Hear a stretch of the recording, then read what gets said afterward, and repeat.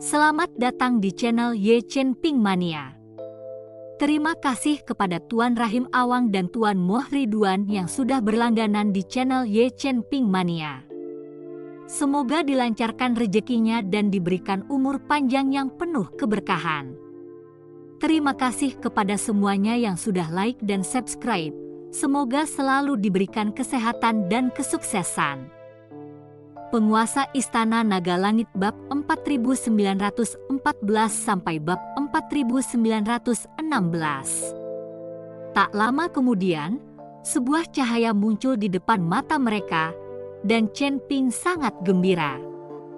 Dia pikir mereka akan melarikan diri dari tempat terkutuk ini. Baru saja tiba di alam surgawi, dia belum melihatnya sekilas sebelum dijebloskan ke dalam sangkar. Chen Ping sangat ingin tahu seperti apa wujud alam surgawi. Setelah beberapa tarikan napas, kilatan cahaya putih membutakan mereka, dan kaki mereka akhirnya menyentuh tanah yang kokoh. Mereka tidak lagi mengambang di udara. Chen Ping melihat sekelilingnya, lalu matanya menyipit, wajahnya berubah gelap. Mereka tidak melarikan diri ke tanah luas alam surgawi, melainkan mendarat di dalam istana. Istana itu dipenuhi lampu minyak, sumbu lampu berkedip-kedip bagaikan peri yang menari. Di ujung terjauh berdiri sebuah panggung tinggi, dengan sesosok tubuh duduk di atasnya. Seluruh istana terasa sangat suram, dan sosok di panggung memancarkan aura yin yang menyeramkan. Ini pasti pemilik kandang itu, kata Xiu Rui. Mungkin. Chen Ping mengangguk. Kalian berani memecahkan kurungan dan lolos dari hukuman? Benar-benar berani. Kamu belum memperoleh kenaikan, tetapi kamu mengambil jalan pintas ke alam surgawi. Itu menentang dao surgawi, dan kamu harus dihukum. Suara perintah menggelegar dari peron. Gelombang tekanan yang menghancurkan menimpa Chen Ping dan kelompoknya. Minggirlah, kau pikir kau siapa yang memberikan hukuman dao surgawi? Hu Mazi meraung sambil melambaikan tangan, dan tekanan itu lenyap seketika. Hem. Suara kebingungan terdengar dari sosok itu. Siapa kamu sebenarnya? Jika kamu menegakkan hukuman dao surgawi, mengapa hanya menargetkan biksu manusia? Tatapan dingin Chen Ping tertuju pada sosok itu sambil menuntut jawaban. Aku menghukum siapapun yang aku mau, apa urusanmu? Sosok itu, yang jelas-jelas kesal, melepaskan gelombang tekanan yang bahkan lebih kuat. Hu Mazi hendak mengutuk dan menyerang, tetapi Chen Ping menghentikannya. Tuan Hu, mundurlah. Biarkan aku yang mengurus penipu ini. Dengan itu, Chen Ping berdiri tegak, cahaya keemasan bersinar di ujung jarinya. Dia menunjuk dengan santai. Jari abadi, ledakan. Saat tekanan itu bertemu dengan jari abadi Chen Ping, ia meledak. Istana bergetar, energi yang mengerikan hampir menghancurkan seluruh bangunan. Kau tahu teknik abadi? Sosok itu terdengar bingung. Lalu sosok itu melompat dari peron, mengirimkan bilah-bilah berwarna merah darah yang mengiris ke arah Chen Ping. Tubuh emas tak terhancurkan Chen Ping berkobar, lalu dia menghunus pedang pembunuh naga, mengayunkannya dengan liar. Dentuman, dentum, dentum. Dia menangkis setiap bilah pedang, menghancurkannya menjadi debu. Setelah menangkisnya, Chen Ping mengayunkan pedangnya, melepaskan ledakan ki pedang yang dahsyat langsung ke sosok itu. Xiu Rui menyaksikan, matanya terbelalak, terlalu terkejut untuk berbicara. Seorang biksu transformasi abadi tingkat pertama melakukan gerakan yang mengerikan ini. Tidak buruk. Melihat serangan Chen Ping, sosok itu melambaikan tangan, menciptakan perisai yang menangkis ki pedang dengan mudah. Chen Ping mengangkat pedangnya untuk menyerang lagi, Tetapi Humazi menyela, "Berhenti, kau bukan tandingannya." Jelaslah sosok itu belum keluar maksimal, sementara Chen Ping sudah pada batasnya. Kesenjangan kekuatan mereka terlalu lebar, tidak ada gunanya bertarung lagi. Tatapan mata Chen Ping dingin, tetapi dia tahu ini adalah alam surgawi, bukan alam fana. Di sini, siapapun bisa mengalahkannya. Perbedaannya mencolok, dia masih seorang kultivator, sementara yang lain mungkin sudah menjadi makhluk abadi, bahkan seorang dewa longgar berada jauh di atas seorang kultivator. Selama hidupku, kamu adalah orang paling berbakat yang pernah kulihat. Sosok di peron itu berbicara. Sanjungan tidak akan membantu. Jika kamu tidak menjelaskan dirimu hari ini, aku akan merobohkan istanamu dan melumpuhkan kultivasimu. Chen Ping berkata dengan dingin. Xiu Rui menatap Chen Ping dengan tercengang, bertanya-tanya apa yang memberinya keberanian untuk berbicara seperti itu. Terima kasih masih menyimak channel Ye Chen Ping Mania. Alis Humazi berkedut, "Chen Ping, tenang saja. Aku tidak bilang aku pasti bisa mengalahkannya. Jangan khawatir, Master Hu.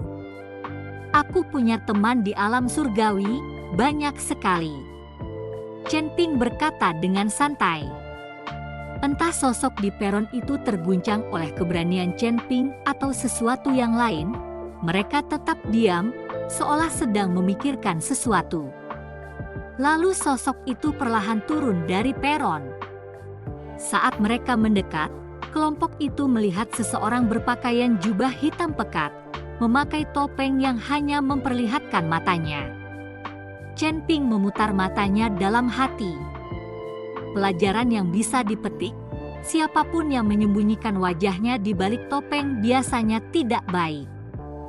Kenangan dipermainkan oleh bajingan Ning Zi masih menyakitkan. "Kalian ini dari mana saja?" tanya sosok itu pada Chen Ping. "Aku dari alam fana." Chen Ping menjawab. "Saya dari alam Wuxu, sela Xiu Rui. Aku mengenalmu, telah dikurung selama berabad-abad," kata sosok itu kepada Xiu Rui. Wajah Xiu Rui memerah karena malu. "Kakekmu ini berasal dari surga keenam alam surgawi," Humazi mencibir pada sosok bertopeng itu. "Surga keenam." Sosok bertopeng itu berhenti sejenak, mengamati Humazi. "Kau memiliki tulang-tulang seorang abadi. Jadi mengapa kau datang melalui bimbingan jalan agung? Bukan urusanmu dari mana aku ingin datang." Humazi melemparkan kembali kata-kata dari sosok bertopeng itu kepada mereka. Sosok bertopeng itu terdiam oleh kembalinya mereka. Humazi memang memiliki tulang abadi, tetapi apakah dia benar-benar dari surga keenam? Sosok itu tidak dapat mengatakannya. Namun, mereka tidak berani memprovokasi dia. Jika Humazi benar-benar seorang dewa tingkat 6, memulai perkelahian akan seperti menusuk pantat harimau. Kamu baru saja mencapai transformasi abadi tingkat pertama, tetapi kamu berhasil melewati bimbingan jalan agung. Sepertinya kamu memiliki beberapa keterampilan. Kudengar kau bilang kau kenal orang-orang di alam surgawi. Siapa yang sedang kita bicarakan? Mari kita dengarkan." Sosok bertopeng itu mendesak. "Lebih baik tidak membicarakannya. Lagi pula, kau mungkin tidak mengenal mereka. Wilayah kekuasaanmu terlalu rendah untuk bisa bertemu dengan mereka." Chen Ping berkata dengan tenang. Dan dia tidak berbohong. Ini hanyalah surga pertama dari alam surgawi. Menurut Humazi, 3 surga pertama hanyalah dewa abadi dan biksu yang dibimbing oleh jalan agung. Tidak ada yang penting di sini. Orang yang benar-benar abadi tidak akan peduli dengan orang-orang rendahan di bawah surga ketiga. Jadi meskipun Chen Ping menyebutkan nama, tokoh ini kemungkinan besar tidak mengetahuinya. Omong kosong. Ayo, sebutkan beberapa nama. Sosok bertopeng itu mengira Chen Ping hanya menggertak. Seorang biksu transformasi abadi tingkat pertama, tidak peduli seberapa berbakatnya, mengenal para petarung alam surgawi? Tidak mungkin. Kau tahu sekte suci tak terbatas dari alam surgawi? Chen Ping bertanya, sosok bertopeng itu menggelengkan kepalanya. Chen Ping menatap mereka, kalian iblis, bukan? Ya, aku iblis. Sosok bertopeng itu mengangguk. Itu membuat segalanya menjadi mudah. Aku tahu Blood Demon, Yin Demon, Wind Demon, dan Arai Demon dari alam surgawi. Dan Raja Iblis Awan Merah dari surga ke-9? Dia adalah temanku. Chen Ping berkata pada sosok bertopeng itu. Omong kosong, kau mencoba menipuku. Sosok bertopeng itu mendengus dingin. Chen Ping berkedip, lalu berkata, apa gunanya berbohong? Aku benar-benar mengenal mereka. Raja Iblis Awan Merah adalah saudaraku. Kau baru di alam surgawi, bukan? Belum tahu aturannya. Surga ke-9 dengan Raja Iblis? Raja Iblis berada di level 20-an. Yang terbaik yang bisa kau dapatkan di surga ke-9 adalah iblis surgawi. Kau mengada-ada seolah aku ini anak kecil? Raja Iblis surga ke-9? Menurutmu, iblis abadi manapun bisa menjadi Raja Iblis? Sosok bertopeng itu memarahi Chen Ping habis-habisan.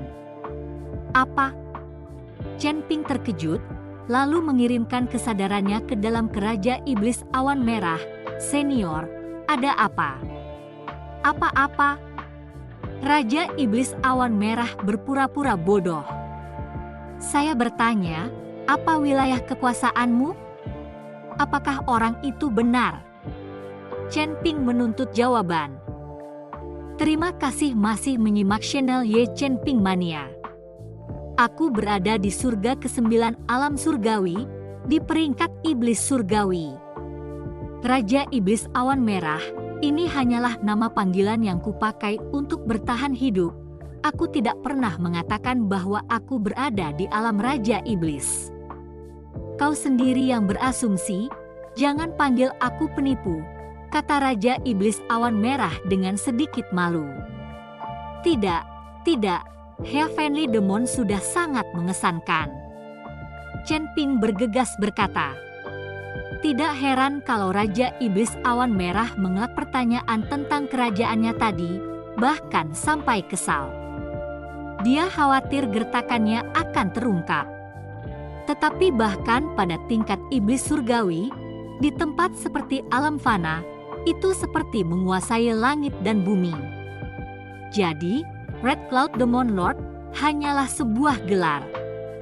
Teman yang ku kenal adalah Heavenly Demon tingkat ke-9. Namaku sekarang Chen Ping, tetapi jika aku mengubahnya menjadi Chen Shen, apakah itu berarti aku tak terkalahkan di alam surgawi? Chen Ping menyeringai pada sosok bertopeng itu. Bukti apa yang kau punya kalau kau mengenal iblis angin, iblis yin, atau iblis darah? Sosok bertopeng itu menuntut. Bukti?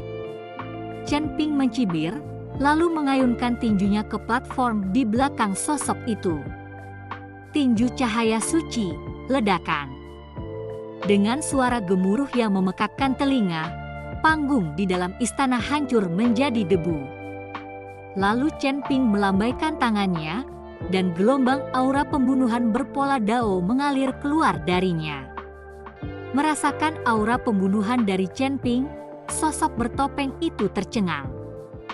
Kamu, bagaimana kamu bisa memiliki aura iblis? Kamu manusia atau iblis? Sosok bertopeng itu tercengang. Bagaimana menurutmu? Chen Ping menyeringai dingin, dan kristal naganya mulai bersinar. Di belakangnya, seekor naga emas besar perlahan terbentuk. Namun sekejap kemudian, Chen Ping menarik kembali aura naga itu, seolah tidak terjadi apa-apa. Klan binatang. Sosok bertopeng itu benar-benar bingung sekarang. Bagaimana mungkin satu orang bisa membawa aura 3 klan?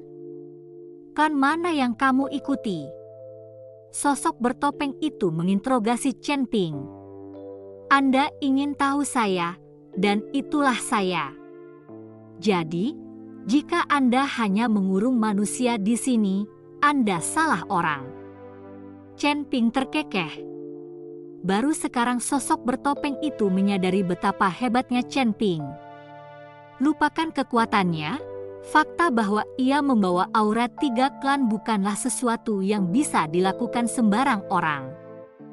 Kau satu-satunya orang yang pernah kulihat memiliki aura dari ketiga klan. Itu membuatmu menjadi komoditas yang sangat diminati di sini. Kamu dapat menjelajahi seluruh surga pertama alam surgawi dengan bebas. Kau harus mengerti, tempat ini punya wilayah klan. Manusia punya wilayahnya sendiri, iblis punya wilayahnya sendiri, dan binatang buas punya wilayahnya sendiri. Mereka biasanya tidak meninggalkan wilayah kekuasaan mereka. Jika mereka secara tidak sengaja masuk ke wilayah klan lain, itu berbahaya. Sumber daya terbatas, jadi setiap klan menjaga sumber daya wilayah kekuasaannya dengan ketat. Tetapi dengan kamu membawa ketiga aura tersebut, kamu bisa pergi kemana saja, dan tidak ada seorang pun yang dapat menghentikanmu. Sosok bertopeng itu menjelaskan kepada Chen Ping. Jadi, maksudmu aku bisa meninggalkan tempat ini tanpa masalah? Chen Ping bertanya.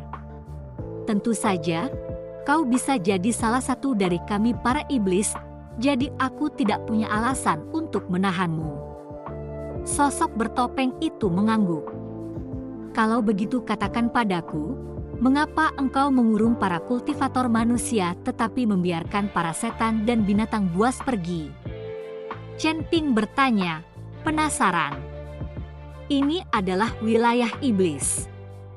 Bimbingan dari Jalan Agung akan menjatuhkanmu ke sini secara acak, jadi tentu saja aku akan menjaga para kultivator manusia. Kerabat iblisku, aku biarkan pergi. Sedangkan untuk binatang buas, mereka sudah membayar sumber daya, jadi aku biarkan mereka lewat juga. Sosok bertopeng itu menjelaskan. Jadi, di wilayah klan lain, akan ada pendeta iblis yang dibimbing oleh Jalan Agung yang dikurung. Chen Ping bertanya. Sosok bertopeng itu mengangguk, tepat sekali. Setiap beberapa abad, kami menukar orang-orang yang terjebak. Kalau begitu, izinkan saya bertanya, sebelum kita sampai di sini, apakah Anda bertemu dengan seorang pria dan seorang wanita yang dibimbing oleh Jalan Agung? Chen Ping ingin tahu apakah Ningzi dan Suyuki juga terjebak di sini. Tidak tahu. Bimbingan dari Jalan Agung mengirim orang ke tempat yang berbeda setiap saat. Jawab sosok bertopeng itu dengan jujur. Bersambung.